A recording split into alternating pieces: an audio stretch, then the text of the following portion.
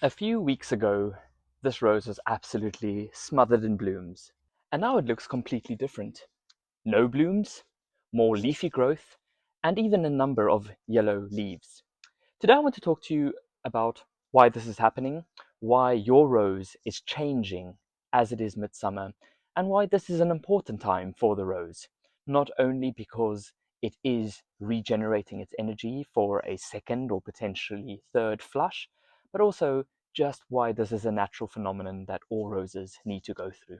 There is always a bittersweet moment in the gardening year when the roses have flowered and it just feels that suddenly um, they don't look their best. And certainly this one isn't looking its best at the moment. But I know that in due time and with a bit of input and a bit of love and care, we can get it to looking very good yet again. And if you apply the correct techniques, one flush of flowers doesn't necessarily have to mean the end of its flowering period. So in a moment, I will show you a little bit closer that this rose is putting a lot of energy into new growth. And this growth is really important for it to build up its reserves in order to photosynthesize as best as it can in the hot summer heat and light. And hopefully the reward of that will be fresh flowers in a couple of weeks' time. As you can see, this plant is anything but perfect. Here there is a lot of new growth and even the start of a new flower bud, which is always exciting, but right underneath it you can clearly tell the rose has gone through a bit of stress.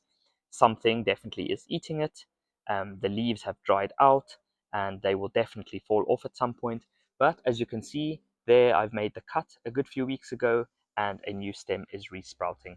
And this is why I do encourage this method of pruning. Yes, there's a lot of blemish on the leaves, but overall I know I'm going to get a second flush of flowers, and that in itself is worth holding on to.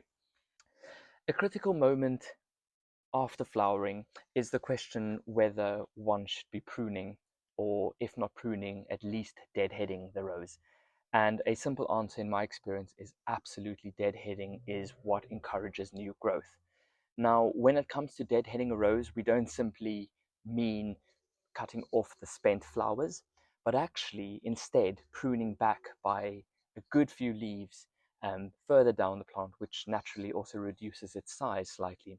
This really helps the plant to break that dominance in that stem and to resprout from the place where it was cut. So simply deadheading isn't good enough. Although it will tidy the overall appearance, you do need to cut it down a little bit more in order to really encourage a flush of fresh growth, which means new stems and ultimately new leaves. Then another appearance, which is typical at this time of the year, is the sight of yellow leaves, sometimes chewed by insects. And the point of these leaves being yellow is, well, there are a few reasons for it, really. Sometimes it is just old leaves that are dying and withering away, like they tend to do. And sometimes it does just indicate conditions which might be slightly on the dry side because it is certainly much warmer than it was earlier in the year, in spring when they were looking their best.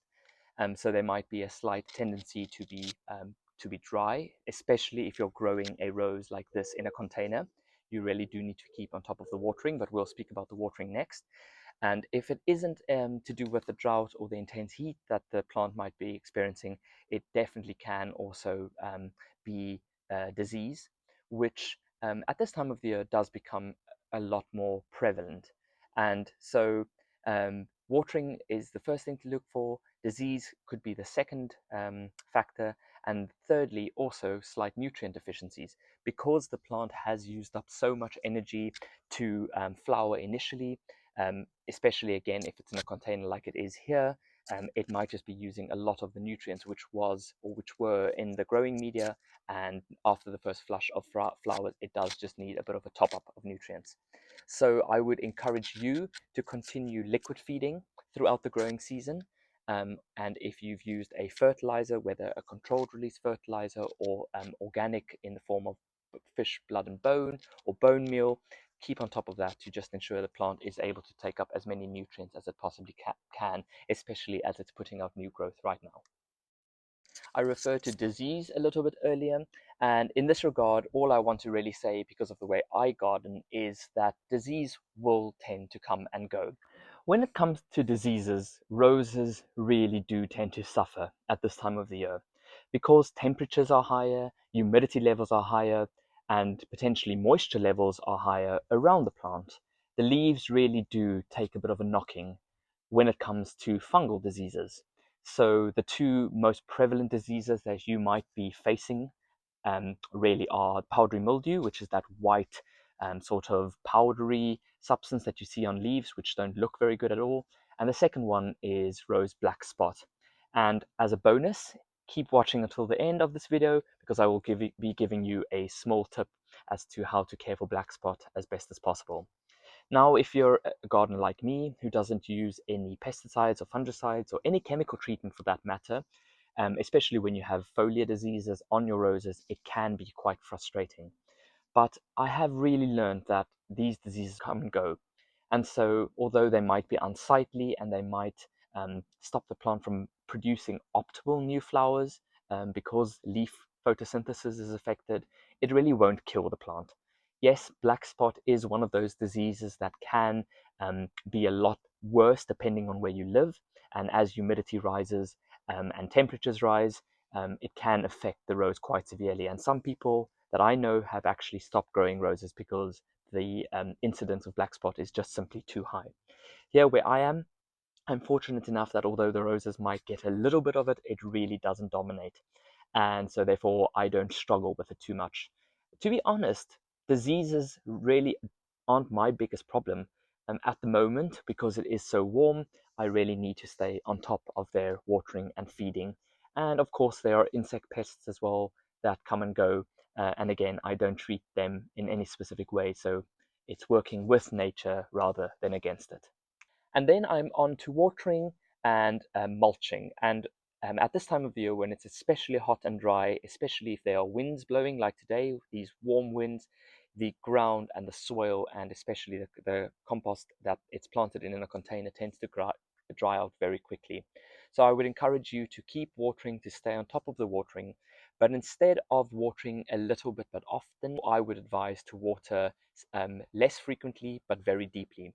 So really, really let the water go all the way down, run through the pot, and really soak those roots, because that also encourages the plant to send roots downward and to try and tap that water as deeply as it possibly can.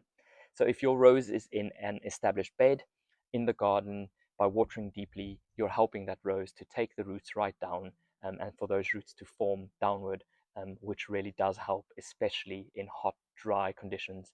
And we have been having really warm weather here in the UK, so if the roots are really well established and really deep, the plant doesn't suffer as much as it would if you kept watering regularly and only very lightly.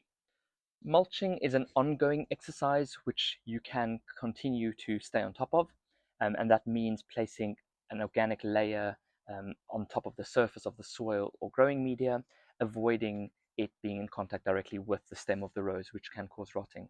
Mulching really just helps to keep the moisture um, in the ground, and it also prevents weeds from competing with the rose.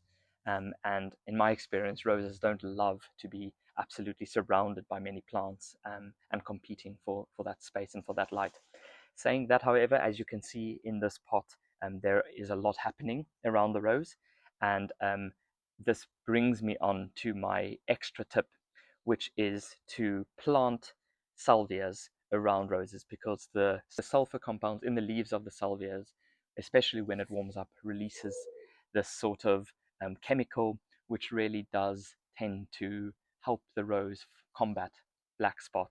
So that's a small little tip that I have found works really well, and so they're not aggressive growers, and I can happily pair them with roses, and the combination seems to work really, really well. As you can see, surrounded by some annuals just for a bit of color, and then all these Salvia greggii, which really do help the plant fight off black spot.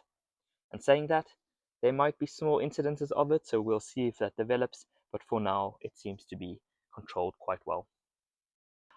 Do let me know in the comments if your roses are looking similar to this one specimen that I've shown you today, or perhaps yours have already started their second flush or even third flush of flowers.